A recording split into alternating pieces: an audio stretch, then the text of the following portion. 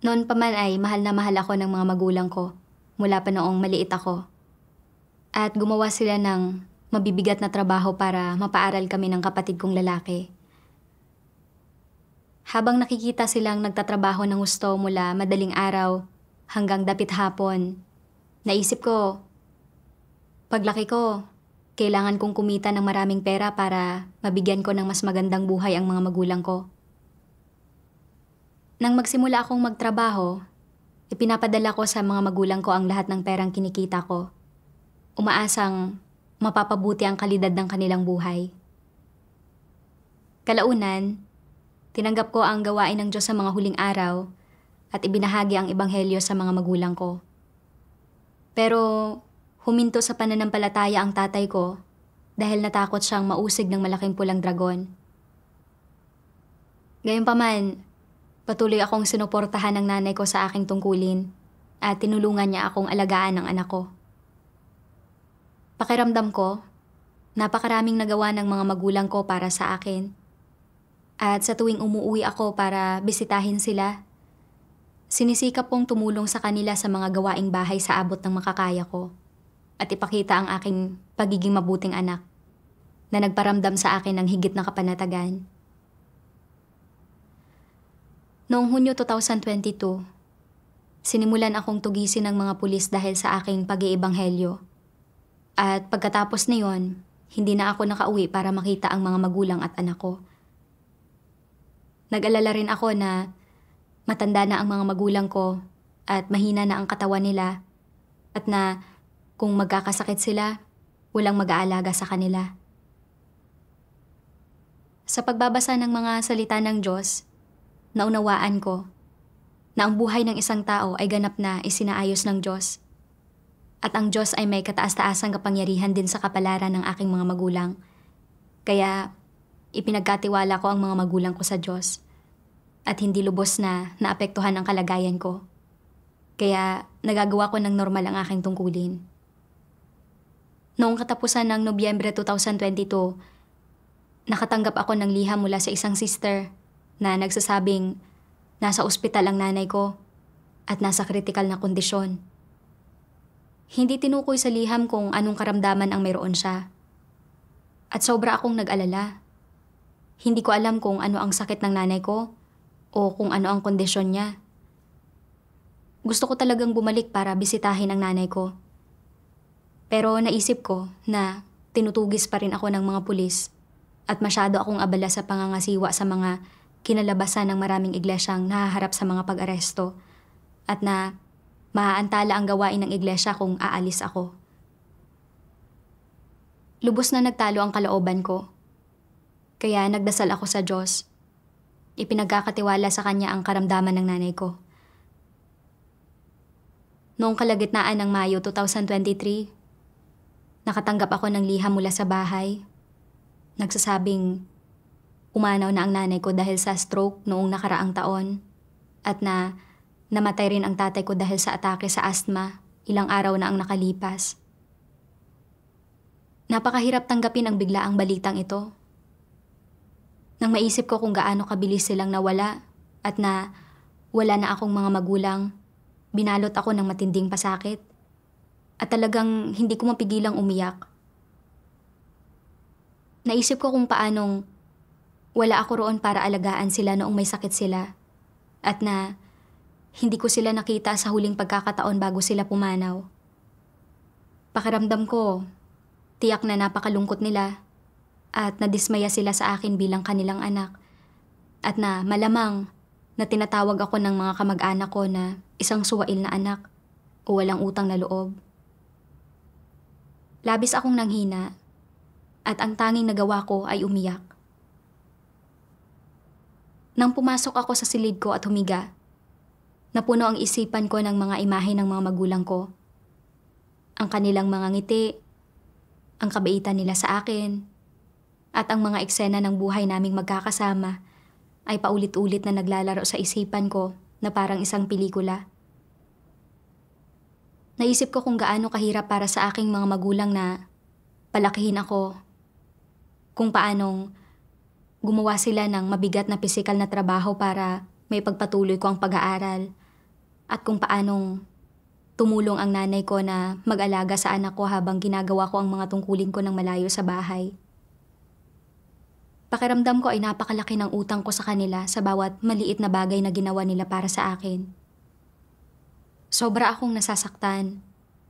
At naisip ko pa nga na kung hindi ko ginampanan ang tungkulin ko at sa halip ay nagtrabaho ako para kumita ng pera, natulungan ko sana sila sa mga gastusin sa pamumuhay at nabigyan sila ng pera para sa kanilang pagpapagamot noong may sakit sila. At baka hindi sana sila pumanaw ng ganoon kaaga. Nang maisip ko ang lahat ng taon na wala ako sa tabi nila para alagaan sila at kung paanong hindi ko natupad ang mga responsibilidad ko bilang isang anak, pakiramdam ko ay makasalanan ako at na napakalaki ng utang ko sa kanila. Noong mga araw na iyon, nasa isang kalagayan ako na lubhang nasisiraan ng loob. Hindi makakain o makatulog, namumuhay sa paninisi sa sarili at pasakit. Bagamat ginagawa ko pa rin ang tungkulin ko, lubhang nabagabag ang puso ko. Nawala na rin ang pasanin ko na subaybayan ang gawain ng ebanghelyo na responsibilidad ko at naapektuhan din ang gawain ko. Sa aking pasakit, nagdasal ako sa Diyos. Diyos ko, pumanaw na ang mga magulang ko at lubha akong nasasaktan at nahihirapan. Pakiusap, tulungan mo po ako at ilayo ang puso ko para hindi mabagabag. Pagkatapos magdasal, medyo mas napanatag na ako. Naalala ko ang mga salita ng Diyos kung paano harapin ang kamatayan ng mga magulang, kaya hinanap ko ang mga ito para basahin. Sabi ng makapangyarihang Diyos, pagdating sa pagpanaw ng kanilang mga magulang, ang mga tao ay dapat ding magtaglay ng wasto at makatwirang saloobin. Kung gayon, bago pa ito mangyari, paano mo dapat lutasin ang hindi inaasahang dagok na idinudulot nito sa iyo upang hindi ito makaapekto o makasagabal sa paggampan mo sa iyong tungkulin o sa landas na iyong tinatahak? Una, tingnan natin kung tungkol saan nga ba ang kamatayan at kung tungkol saan ang pagpanaw. Hindi ba't ibig sabihin nito ay lilisan na ang isang tao sa mundong ito? Nangangahulugan ito na ang buhay na taglay ng isang tao na mayroong pisikal na presensya ay hiwalay sa material na mundo na nakikita ng mga tao at naglalaho ito. Ang taong iyon ay nagpapatuloy na mabuhay sa ibang mundo ng may ibang anyo. Ang paglisan ng buhay ng iyong mga magulang ay nangangahulugan na ang relasyon mo sa kanila sa mundong ito ay natunaw, naglaho, at nagwakas na. Nabubuhay na sila sa ibang mundo ng may ibang anyo. Kung ano ang magiging takbo ng kanilang buhay sa kabilang mundo, kung babalik man sila sa mundong ito, muli kang makakatagpo o magkakaroon ng anumang uri ng ugnayan sa laman o emosyonal na koneksyon sa iyo, ito ay inorde ng Diyos at wala itong kinalaman sa iyo. Sa kabuuan, ang pagpanaw nila ay nangangahulugan na ang kanilang mga misyon sa mundong ito ay tapos na at ganap na itong nagwakas. Ang kanilang mga misyon sa buhay na ito at sa mundong ito ay natapos na, kaya ang relasyon mo sa kanila ay natapos na rin. Tungkol sa kung sila ay muling magkakatawang tao sa hinaharap, o kung makakatagpo sila ng anumang uri ng parusa at paghihigpit, o anumang uri ng pangangasiwa at mga pagsasaayos sa kabilang mundo, may kinalaman ba ito sa iyo? Mapagpapasyahan mo ba ito? Wala itong kinalaman sa iyo. Hindi mo ito mapagpapasyahan at hindi ka makakakuha ng anumang balita tungkol dito. Ang relasyon mo sa kanila sa buhay na ito ay magwawakas sa oras na iyon. Ibig sabihin, magtatapos na ang kapalarang nagbuklod sa inyo habang namumuhay kayong magkasama sa loob ng 10, 20, 30, o 40 taon. Pagkatapos niyon, sila ay sila, ikaw ay ikaw, at wala nang anumang relasyong umiiral sa pagitan ninyo. Kahit nananampalataya kayong lahat sa Diyos, ginampanan nila ang kanilang sariling mga tungkulin at ginagampanan mo ang sa iyo. Kapag hindi na sila namumuhay sa parehong pisikal na kapaligiran, wala nang anumang relasyon sa pagitan ninyo. Natapos na nila ang mga misyon na ipinagkatiwala sa kanila ng Diyos. Kaya, pagdating sa mga responsibilidad na tinupad nila para sa iyo, natatapos ang mga iyon sa araw na magsisimula kang mamuhay ng hiwalay sa kanila. Wala ka ng kinalaman sa iyong mga magulang. Kung mamamatay sila ngayon, may mawawala lamang sa iyo sa emosyonal na aspekto at hindi ka na mangungulila sa dalawang mahal mo sa buhay. Hinding-hindi mo na sila makikita pang muli at hindi ka na muling makaririnig ng anumang balita tungkol sa kanila. Kung ano ang mangyayari sa kanila pagkatapos at ang kanilang kinabukasan ay wala nang kinalaman sa iyo, wala na kayong magiging ugnayan sa dugo, hindi na kayo magiging parehong nilalang. Ganoon ang mangyayari. Ang pagpanaw ng iyong mga magulang ang magiging tanging huling balitang maririnig mo tungkol sa kanila sa mundong ito. At ang mga huling yugtong makikita o maririnig mo tungkol sa kanilang mga karanasan ng pagkasilang, pagtanda, pagkakasakit, at pagkamatay sa buhay nila, iyon na ang lahat. Ang pagkamatay nila ay walang kukunin o ibibigay na anuman sa iyo. Sila ay simpleng mamamatay. Ang kanilang mga paglalakbay bilang tao ay matatapos na. Kaya, pagdating sa kanilang pagpanaw, hindi mahalaga kung ito ay aksidenteng pagkamatay, normal na pagkamatay, pagkamatay dahil sa sakit, at iba pa, sa ano't anuman, kung hindi dahil sa kataas-taasang kapangyarihan at mga pagsasaayos ng Diyos, walang tao o puwersa ang maaaring bumawi sa buhay nila. Ang kanilang pagpanaw ay nangangahulugan lamang ng katapusan ng kanilang pisikal na buhay. Kung nangungulila at nananabik ka sa kanila, o nakokonsensya ka sa kanila dahil sa iyong mga damdamin, hindi dapat, dahil hindi ito kinakailangan. Nilisan na nila ang mundong ito, kaya ang mangulila sa kanila ay hindi na kinakailangan, hindi ba? Kung iniisip mo na, nangulila ba sa akin ang mga magulang ko sa lahat ng taong iyon? Gaano pa ba sila nagdusa dahil wala ako sa kanilang tabi para magpakita ng pagiging mabuting anak sa kanila sa loob ng napakaraming taon? Sa lahat ng taong ito, palagi kong ninanais na sana ay makasama ko sila ng ilang araw. Hindi ko akalain na napakaaga nilang mamamatay. Nalulungkot at nakokonsensya ako. Hindi mo kinakailangang mag-isip ng ganito. Walang kinalaman sa iyo ang kanilang pagkamatay. Bakit wala itong kinalaman sa iyo? Dahil, kahit na ipinakita mo sa kanila ang pagiging mabuting anak o sinamahan mo sila, hindi ito ang obligasyon o gampanin na ibinigay sa iyo ng Diyos. Inorden na ng Diyos kung gaano kaganda ang kapalaran at kung gaano karami ang pagdurusa na mararanasan ng iyong mga magulang mula sa iyo. Wala itong anumang kinalaman sa iyo. Hindi sila mabubuhay ng mas matagal dahil lang sa kasama mo sila, at hindi sila mabubuhay ng mas maikli dahil lang sa malayo ka sa kanila at hindi mo sila madalas na nakakasama. Inorden na ng Diyos kung gaano katagal silang mabubuhay at wala itong kinalaman sa iyo. Kaya, kung mabalitaan mo na pumanaw na ang iyong mga magulang habang ikaw ay buhay pa, hindi mo kailangang makonsensya. Dapat mong harapin ang bagay na ito sa tamang paraan at tanggapin ito. Kung hindi mo nilisan ang iyong tahanan para gampanan ang iyong tungkulin sa ibang lugar at nanatili ka sa tabi ng iyong mga magulang, mapipigilan mo kaya ang pagkakasakit niya? Makokontrol mo ba kung mabubuhay o mamamatay ang mga magulang mo? Makokontrol mo ba kung sila ay mayaman o mahirap? Ano man ang sakit na makukuha ng iyong mga magulang, hindi iyon dahil sa pagod na pagod sila sa pagpapalaki sa iyo o dahil sa nangungulila sila sa iyo. Lalong hindi sila magkakaroon ng alinman sa mga malubha, seryosong karamdaman, o nakamamatay na kondisyon dahil sa iyo. Kapalaran nila iyon at wala itong kinalaman sa iyo.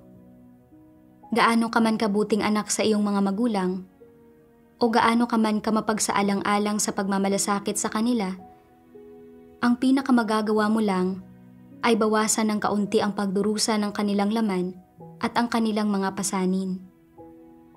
Ngunit tungkol sa pagkakasakit nila, anong sakit ang nakukuha nila? Kailan sila mamamatay? At saan sila mamamatay? May kinalaman ba ang mga bagay na ito kung ikaw man ay nasa tabi nila at nag-aalaga sa kanila? Wala. Walang kinalaman ang mga ito. Kung mabuti kang anak, kung hindi ka isang walang malasakit na ingrata, at ginugugol mo ang buong araw sa tabi nila at inaalagaan sila, hindi ba sila magkakasakit? Hindi ba sila mamamatay? Kung magkakasakit sila, hindi ba't magkakasakit pa rin naman talaga sila? Kung mamamatay sila, hindi ba't mamamatay pa rin naman talaga sila? Hindi ba tama iyon? Matapos basahin ang mga salita ng Diyos, napagtanto ko na ang kapanganakan ng isang tao, ang kanyang kamatayan at ang haba ng kanyang buhay ay pawang bahagi ng kataas-taasang kapangyarihan at paunang pagtatakda ng Diyos. Kung kailan at paano mamamatay ang ating mga magulang ay isinasaayos at pinamumunuan din lahat ng Diyos. Hindi ko tiningnan ang mga bagay batay sa mga salita ng Diyos at hindi ko nakilala ang kanyang kataas-taasang kapangyarihan. Naisip ko na kung hindi ako lumabas para gawin ang aking tungkulin, naalagaan ko sana ang mga magulang ko at na napagamot ko sana sila noong may sakit sila. At sa paggawa nito, nabuhay pa sana sila ng ilang taon pa at hindi namatay ng ganoon kaaga. Ang mga pananaw ko sa mga bagay-bagay ay kapareho ng sa isang walang pananampalataya at sa mga pananaw ng isang hindi mananampalataya. Naalala ko noong may sakit ang mga magulang ko noon, umuwi ako para bisitahin sila. Pero ang tanging nagawa ko ay mag-alok sa kanila ng ilang salitang nakapagbibigay ginhawa at payuhan sila na mag-ingat at ibigay sa kanila ang kaunti kong pera para makabili sila ng gamot. Pero hindi bumuti ang karamdaman nila at hindi ko maibsan ang pagdurusa nila. Nang basahin ko ang mga partikular na salitang ito ng Diyos, ano man ang sakit na makukuha ng iyong mga magulang, hindi iyon dahil sa pagod na pagod sila sa pagpapalaki sa iyo o dahil sa nangungulila sila sa iyo. Lalong hindi sila magkakaroon ng alinman sa mga malubha, seryosong karamdaman o ng kamamatay na kondisyon dahil sa iyo. Kapalaran nila iyon at wala itong kinalaman sa iyo. Sa wakas ay napagtanto ko na ang pagkamatay ng mga magulang ko ay walang kinalaman sa akin at na kapag natapos na ang haba ng kanilang buhay, aalis sila sa mundong ito sa oras na paunang itinakda ng Diyos. Ito ang kapalaran nila. Naalala ko na sinabi ng nanay ko na sa ilang pagkakataon, ipinadala ang tatay ko sa ospital ng nasa kritikal na kondisyon para iligtas ang buhay nito at na inakala ng lahat na mamamatay na ito. Pero nakaligtas ito sa huli. Maraming tao ang nananatili sa tabi ng kanilang mga magulang, nag-aalaga sa mga ito sa loob ng maraming taon. Pero hindi pa rin nila mapigilan ang pagkamatay ng mga magulang nila kapag nagkasakit ang mga ito. Walang halaga ng pera ang makakapagligtas sa mga ito. Nakita ko na ang Diyos ay may kataas-taasang kapangyarihan sa tadhana ng lahat. At na kahit nasa tabi ako ng mga magulang ko para alagaan sila, makukuha pa rin nila ang sakit na nakatadhanang makuha nila. At gaano man karaming pera ang ginastos ko sa pagpapagamot nila, hindi nito maliligtas ang buhay nila. Bukod pa rito, parehong mahigit 60 taong gulang na ang mga magulang ko. At ilang taon nang nagdurusa sa hika ang tatay ko at umaasa siya sa gamot para makaraos sa araw-araw at matindi ang pasakit niya. Ngayong pumanaw na siya, hindi na siya nagdurusa sa karamdaman na isang uri ng ginhawa para sa kanya. Sa mga kaisipang ito, medyo gumaan ang pakiramdam ko. Medyo bumuti ang kalagayan ko at sinimulan kong gawin ng normal ang tungkulin ko. Isang araw, nang lumabas ako para gawin ang aking tungkulin, nakakita ako ng isang matandang mag-asawa sa bus na halos kasing edad lang ng mga magulang ko. At muli ko silang naalala at kung paanong pumanaw na sila at ngayon ay wala na sa parehong mundong kinaroroonan ko. Habang iniisip ko ito, naluluha ang mga mata ko at lubos akong nanlumo sa isang madilim na kalagayan. Lalo na noong bagong taon, naalala kong muli ang mga magulang ko at pakiramdam ko ay hindi ako naging mabuting anak dahil hindi ko sila nabigyan ng komportableng buhay. Isa itong hadlang na sadyang hindi ko malagpasan at nakadama ako ng matinding pagkakautang sa kanila. Alam kong mali ang kalagayan ko at nagdasal ako sa Diyos. Diyos ko, pumanaw na ang mga magulang ko at alam ko na ito ang iyong kataas-taasang kapangyarihan at pagsasaayos. Pero hindi ko pa rin kayang bumitaw at namumuhay ako sa pagkakonsensya at paninisi sa sarili ko. Pakiusap, tulungan mo po akong lutasin ang kalagayan ko. Pagkatapos niyon, nabasa ko ang isang sipi ng mga salita ng Diyos. Pagdating sa pangangasiwa sa mga ekspektasyon ng mga magulang, malinaw ba kung anong mga prinsipyo ang dapat sundin at anong mga pasanin ang dapat bitiwan? Kung gayon, ano ba mismo ang mga pasanin na dinadala ng mga tao rito? Dapat silang makinig sa kanilang mga magulang at hayaan ang kanilang mga magulang na magkaroon ng magandang pamumuhay. Lahat ng ginagawa ng kanilang mga magulang ay para sa kanilang sariling kabutihan at dapat nilang gawin ang sinasabi ng kanilang mga magulang upang maging mabuting anak. Dagdag pa rito, bilang mga taong nasa hustong gulang, dapat nilang gawin ang mga bagay-bagay para sa kanilang mga magulang.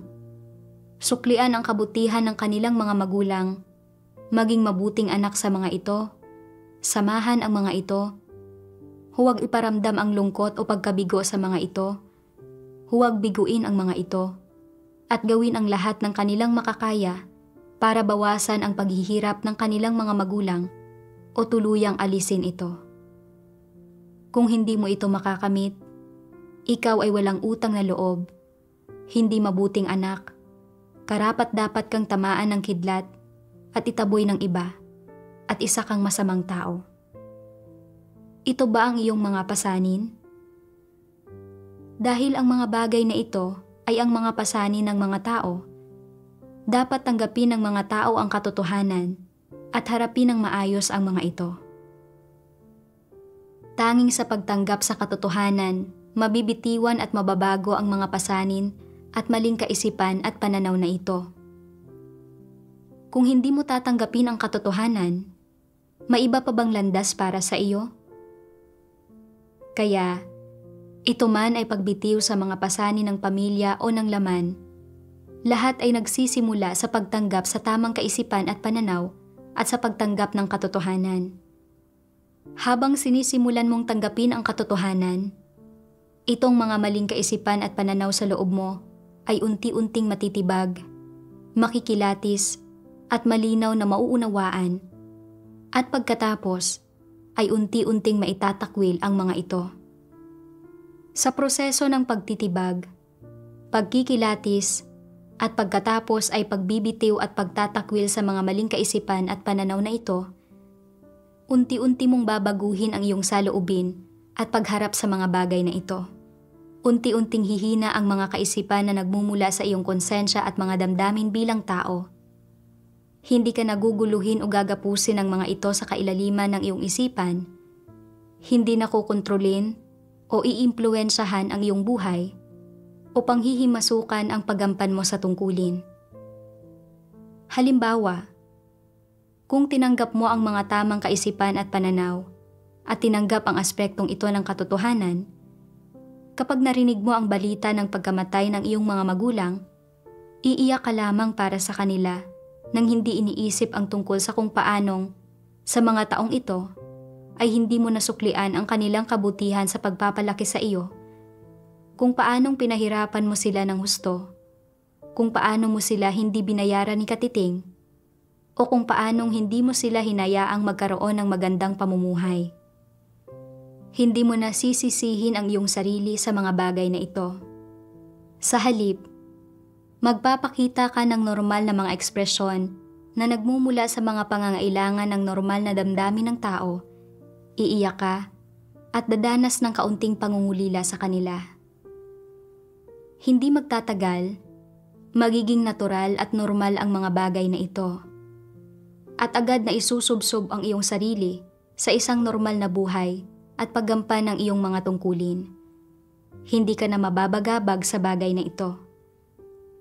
Ngunit kung hindi mo tatanggapin ang mga katotohanan ito, kapag nabalitaan mong namatay ang iyong mga magulang, walang humpay kang iiyak. Makakaramdam ka ng awa para sa iyong mga magulang na hindi naging madali ang buong buhay nila at na nagpalaki sila ng isang hindi mabuting anak katulad mo. Nang magkasakit sila, hindi mo sila pinaglingkuran sa tabi ng kanilang higaan at nang mamatay sila, hindi ka umiyak sa kanilang libing o nagduksa. Binigo mo sila, nadismaya sila sa iyo, at hindi mo sila binigyan ng magandang buhay. Mamumuhay ka ng matagal nang may ganitong pakiramdam ng pagkakonsensya. At sa tuwing naiisip mo ito, iiyak ka at makakaramdam ng kirot sa puso mo. Sa tuwing nahaharap ka sa mga kaugnay na sitwasyon o mga tao, pangyayari at bagay, magkakaroon ka ng emosyonal na reaksyon. Maaaring kasama mo ang pakiramdam na ito ng pagkakonsensya sa buong buhay mo. Ano ang dahilan nito? Ito ay dahil hindi mo kailanman tinanggap ang katotohanan o ang mga tamang kaisipan at pananaw bilang buhay mo. Sa halip, patuloy na nangingibabaw sa iyo ang iyong mga dating kaisipan at pananaw na iimpluwensyahan ang iyong buhay. Kaya, sa natitirang bahagi ng iyong buhay, ay mamumuhay ka sa pasakit dahil sa pagpanaw ng iyong mga magulang. Ang tuloy-tuloy na pagdurusang ito ay magkakaroon ng mga kahihinatnan na higit pa sa kaunting pisikal na pagkabahala. Maaapektuhan nito ang iyong buhay, ang iyong saloobin sa paggampan sa iyong mga tungkulin, ang iyong saloobin sa gawain ng iglesia, ang iyong saloobin sa Diyos, pati na ang iyong saloobin sa sino mang tao o bagay na nakakaapekto sa iyong kaluluwa. Maaaring masiraan at panghinaan ka rin ng loob tungkol sa mas maraming bagay-bagay. Maging malungkot at walang gana, mawala ng pananalig sa buhay, mawala ng sigasig at motibasyon sa anumang bagay, at iba pa. Sa kalaunan, hindi lamang nito maaapektuhan ang iyong simpleng pang-araw-araw na buhay. Maaapektuhan din nito ang iyong saloobin sa paggampan ng iyong mga tungkulin at ang landas na tinatahak mo sa buhay. Ito ay lubhang mapanganib. Ang kahihinatnan ng panganib na ito ay maaari na hindi mo magagampanan ang iyong mga tungkulin bilang isang nilikha sa paraang pasok sa pamantayan at maaaring titigil ka pa nga sa kalagitnaan ng paggampan ng iyong mga tungkulin o magkikimkim ng isang mapanlaban na lagay ng loob at saloobin tungo sa mga tungkuling ginagampanan mo. Sa madaling salita, hindi maiiwasang lalala ang ganitong sitwasyon sa paglipas ng panahon at magdudulot ng pagbabago sa iyong lagay ng loob, mga emosyon at mentalidad tungo sa masamang direksyon. Naiintindihan mo ba? Matapos basahin ang mga salita ng Diyos, napagtanto ko na namumuhay ako sa pasakit at pagkakonsensya dahil tinanggap ko ang mga tradisyonal na ideya ni Satanas gaya ng ang pagiging mabuting anak ay isang katangiang dapat taglayin ng higit sa lahat. Dapat mong alagaan ang iyong mga magulang sa kanilang katandaan. at bantayan sila hanggang sa katapusan ng kanilang buhay. At ang isang suwail na anak ay mas mababa pa kaysa sa hayop. Naniwala ako na ang pagiging mabuting anak sa mga magulang at pagtutustos para sa kanila sa kanilang pagtanda at pagbabantay sa kanila hanggang sa katapusan ng kanilang buhay ay tanda ng isang taong may konsensya at pagkatao. At na kung hindi gagawin ng isang tao ang mga bagay na ito, sila ay walang konsensya at walang pagkatao. Kaya napuno ng pagkakonsensya ang puso ko at nakaramdam ako ng pagkondena at pagkabagabag sa aking konsensya.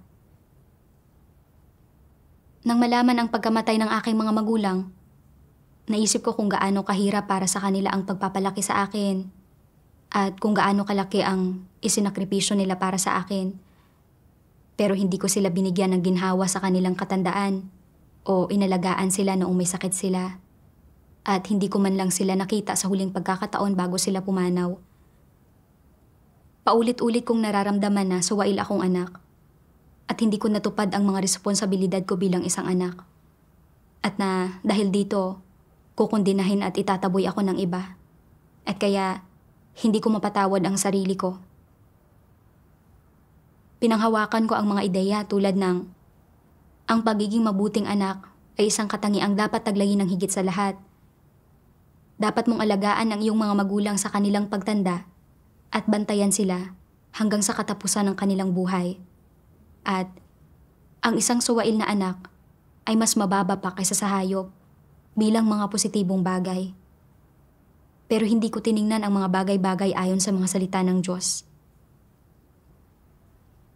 Sa realidad, hinuhusgahan ng Diyos kung ang isang tao ay may konsensya at pagkatao, batay sa kung kaya niyang tuparin ang kanyang tungkulin bilang isang nilikha at palugurin siya.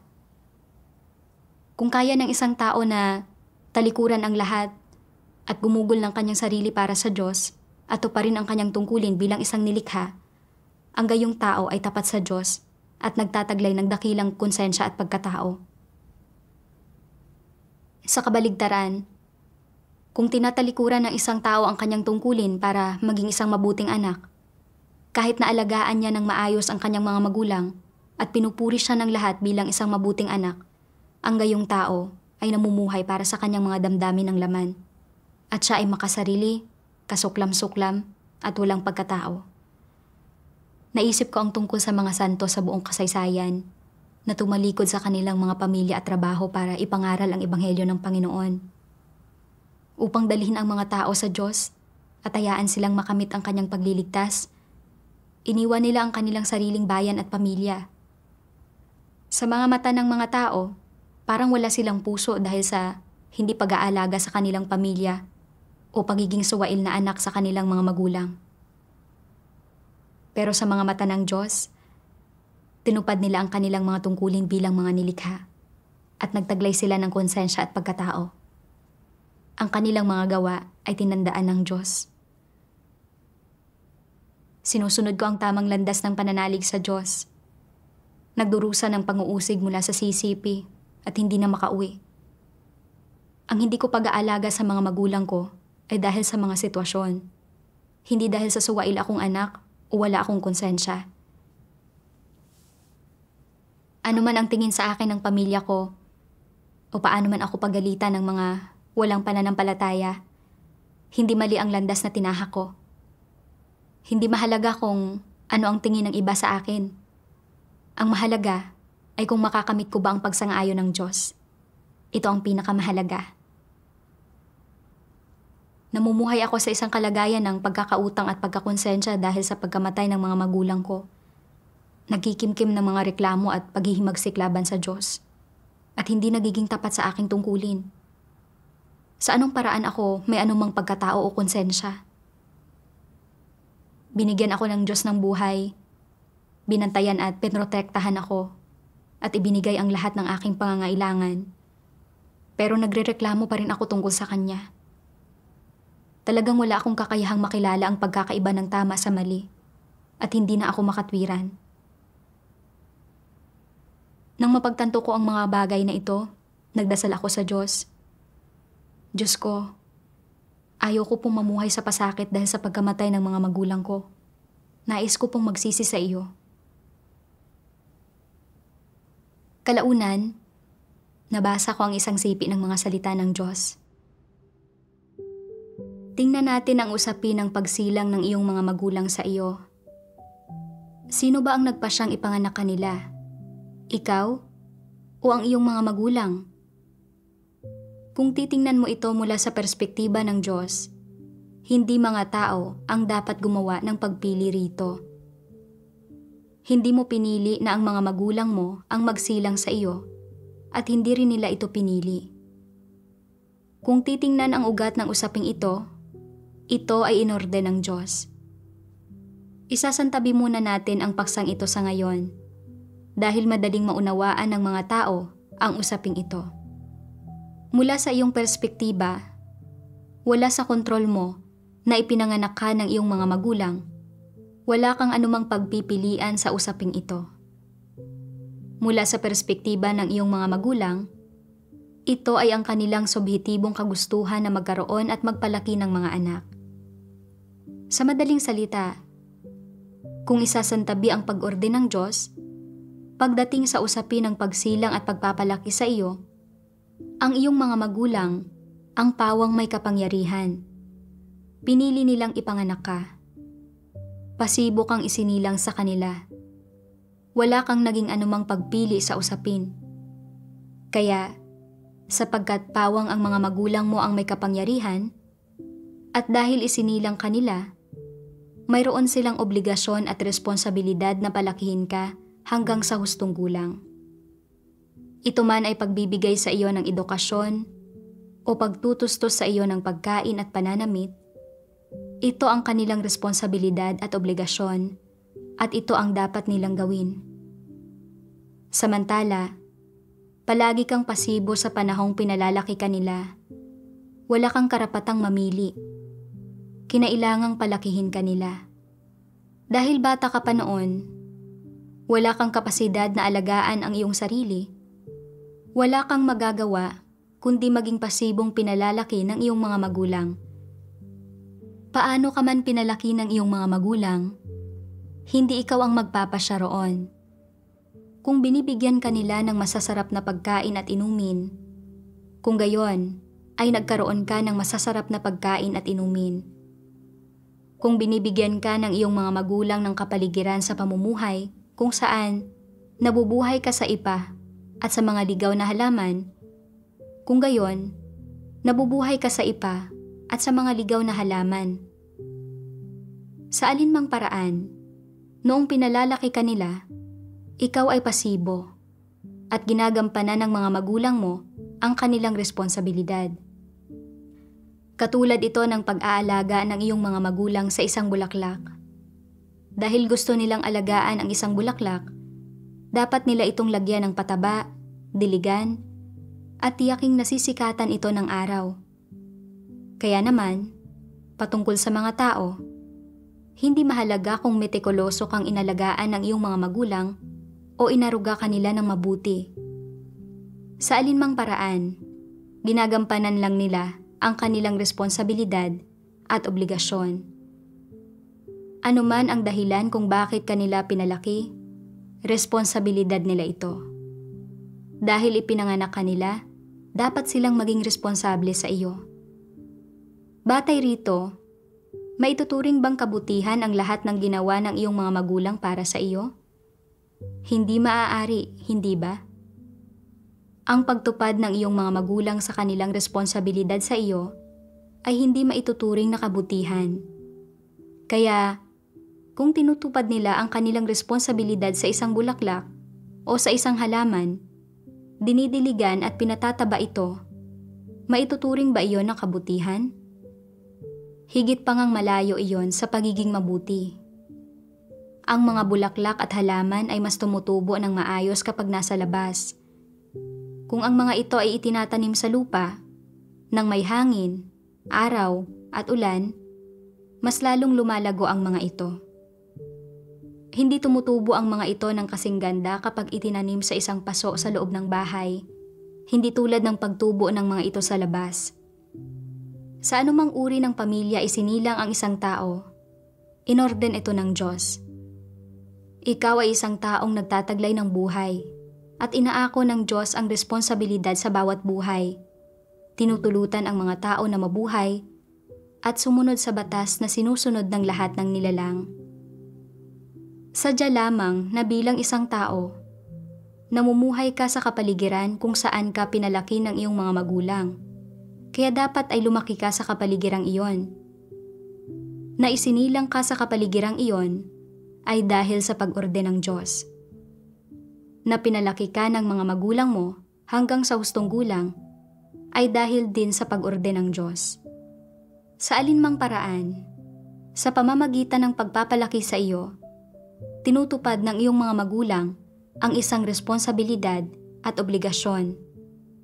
Ang palakihin ka hanggang sa hustong gulang ay obligasyon at responsibilidad nila at hindi ito matatawag na kabutihan. Dahil hindi ito matatawag na kabutihan, masasabi ba na isa itong bagay na dapat mong matamasa? Ito ay isang uri ng karapatan na dapat mong matamasa. Dapat kang palakihin ng iyong mga magulang dahil bago ka umabot sa hustong gulang, ang papel na ginagampanan mo ay ang pagiging isang anak na pinalalaki. Sa makatwid, tinutupad lang ng iyong mga magulang ang responsibilidad nila sa iyo at tinatanggap mo lang ito.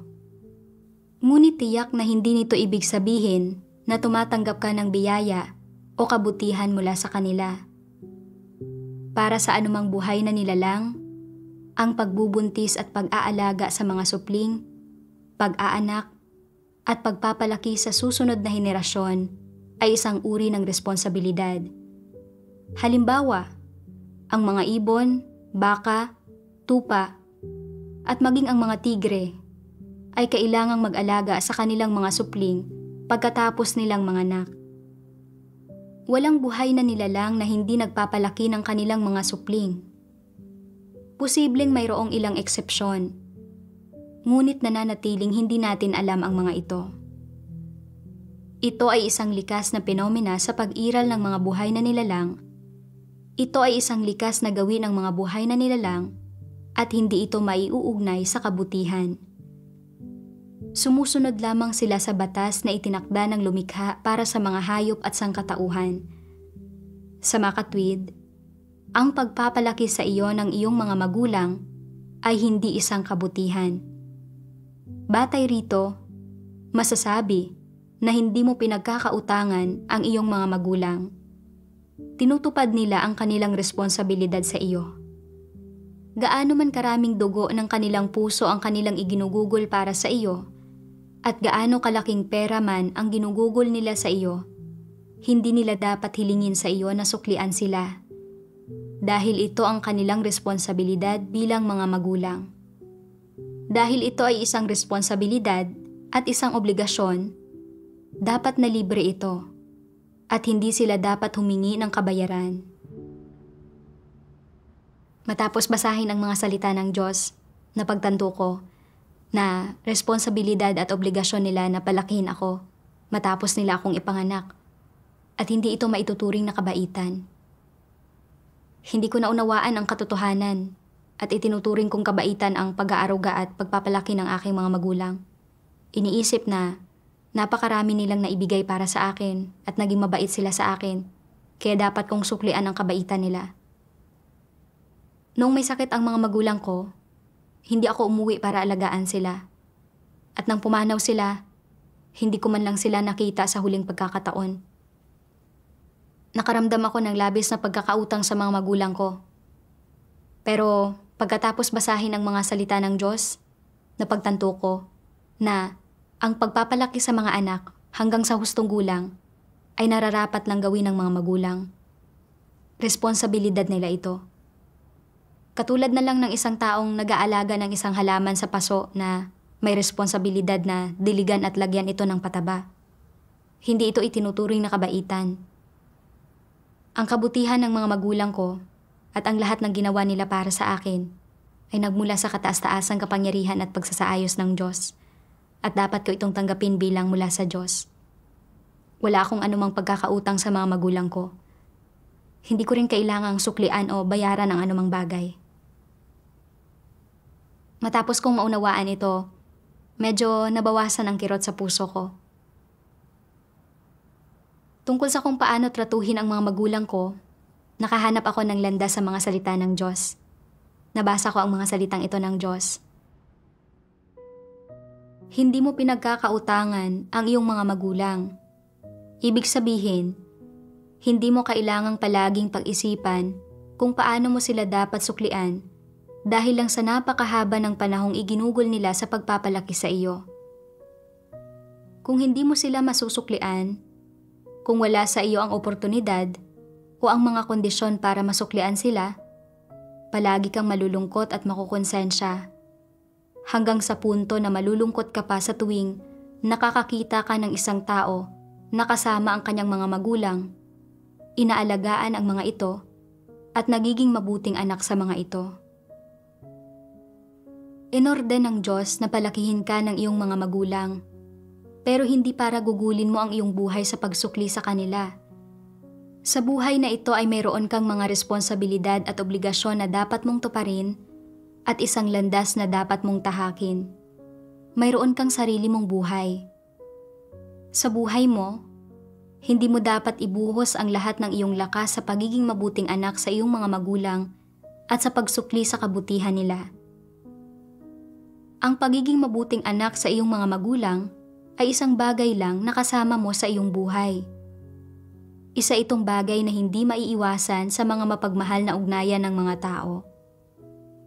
Ngunit tungkol sa kung anong uri ng koneksyon ang nakatadhana na magkaroon kayo ng iyong mga magulang at kung gaano kayo katagal mamumuhay ng magkasama, nakasalalay ito sa mga pamamatnugot at pagsasaayos ng Diyos. Kung pinamatnugutan at isinaayos ng Diyos na magiging nasa magkaibang lugar kayo ng iyong mga magulang, na magiging napakalayo mo sa kanila at hindi makakapamuhay ng magkasama, kung gayon, ang pagtupad sa responsibilidad na ito para sa iyo ay isang uri lamang ng pananabik. Kung isinaayos ng Diyos na ang tirahan mo ay maging napakalapit sa iyong mga magulang at na magagawa mong manatili sa tabi nila, kung gayon, ang pagtupad sa ilang responsibilidad sa iyong mga magulang at ang pagpapakita sa kanila ng pagkamabuting anak ay mga bagay na dapat mong gawin. Walang anumang bagay na mapupuna tungkol dito. Ngunit kung iba ang lugar mo sa iyong mga magulang at wala sa iyo ang pagkakataon o mga sitwasyon para ipakita sa kanila ang pagkamabuting anak, kung gayon, hindi mo ito kailangang ituring bilang isang kahiyahiyang bagay. Hindi ka dapat mahiya na harapin ang iyong mga magulang dahil hindi mo magawang ipakita sa kanila ang pagkamabuting anak. Sadyang hindi lang ito pinahihintulutan ng iyong sitwasyon. Bilang anak, dapat mong maunawaan na hindi mo pinagkakautangan ang iyong mga magulang. Kung ang iniintindi mo lang ay ang pagsukli sa kabaitan ng mga magulang mo, makakahadlang ito sa maraming tungkuling nararapat mong gawin. Maraming bagay ang dapat mong gawin sa buhay mo. At ang mga tungkuling ito na nararapat mong gawin ay mga bagay na dapat gawin ng isang nilikha at ipinagkatiwala sa iyo ng lumikha at walang kinalaman ang mga ito sa pagsukli mo sa kabutihan ng iyong mga magulang. Ang pagpapakita ng pagkamabuting anak sa iyong mga magulang, pagsukli sa kanila, pagpapakita sa kanila ng kabutihan, ang mga bagay na ito ay walang kinalaman sa iyong misyon sa buhay. Masasabi rin na hindi mo kinakailangang magpakita ng pagkamabuting anak sa iyong mga magulang, na suklian sila o tuparin ang alinman sa iyong mga responsibilidad sa kanila.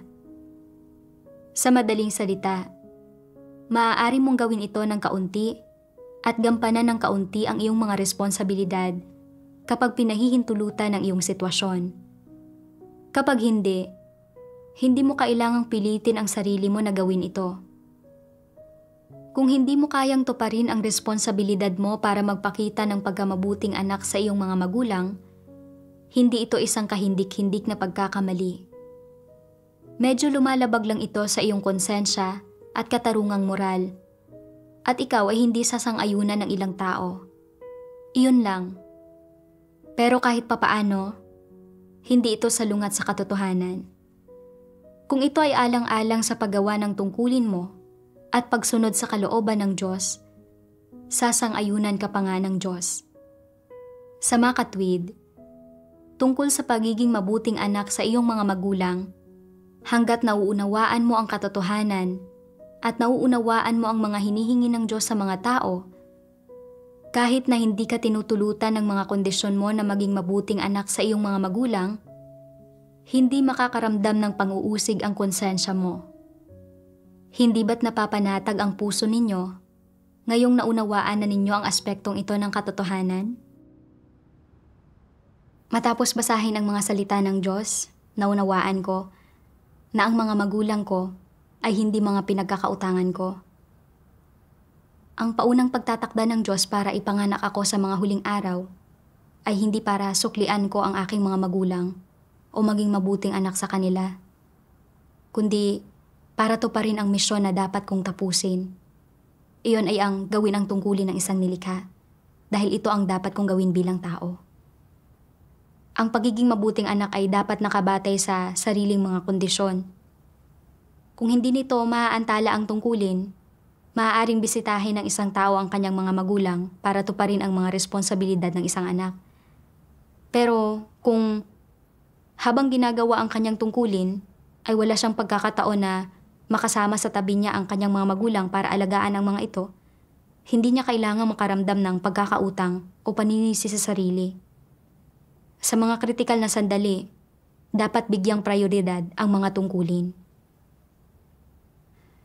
Lalong naging malinaw ito pagkatapos mabasa ang mga salita ng Diyos na nagsasabing, bilang mga miyembro ng sangkatauhan at tapat na mga Kristiyano, pananagutan at obligasyon nating lahat na ialay ang ating isipan at katawan para sa katuparan ng atas ng Diyos. Dahil ang ating buong pagkatao ay nagmula sa Diyos at ito ay umiiral. Salamat sa kataas-taasang kapangyarihan ng Diyos. Kung ang mga isipan at katawan natin ay hindi inilalaan para sa atas ng Diyos at sa makatarungang kapakanan ng sangkatauhan, ang ating mga kaluluwa ay mahihiya sa harap ng mga naging martir para sa atas ng Diyos at lalong mas mahihiya sa harap ng Diyos na naglaan sa atin ng lahat ng bagay. Ang Diyos ang pinagmumula ng buhay ng tao. Ang buhay ko ay ibinigay ng Diyos. At ang pagiging buhay ko ngayon ay dahil din sa pag-aalaga at proteksyon ng Diyos. Ang paggawa ng tungkulin ng isang nilikha ngayon ay responsibilidad at obligasyon ko. Sa pagkaunawa kong ito, natatrato ko na ng tama ang pagpanaw ng aking mga magulang. Bagaman, naiisip ko pa rin paminsan-minsan ang mga magulang ko, hindi na ako napipigilan nito at nagagawa ko ng tumuon sa aking mga tungkulin. Ang mga salita ng Diyos ang gumabay sa akin para maunawaan kung paano tratuhin ng tama ang pagpanaw ng aking mga magulang at matutunan ang mga prinsipyo ng pagsasagawa kung paano tratuhin ang aking mga magulang. Nakabangon na ako mula sa aking pasakit. Nagpapasalamat ako sa pagliligtas ng Diyos.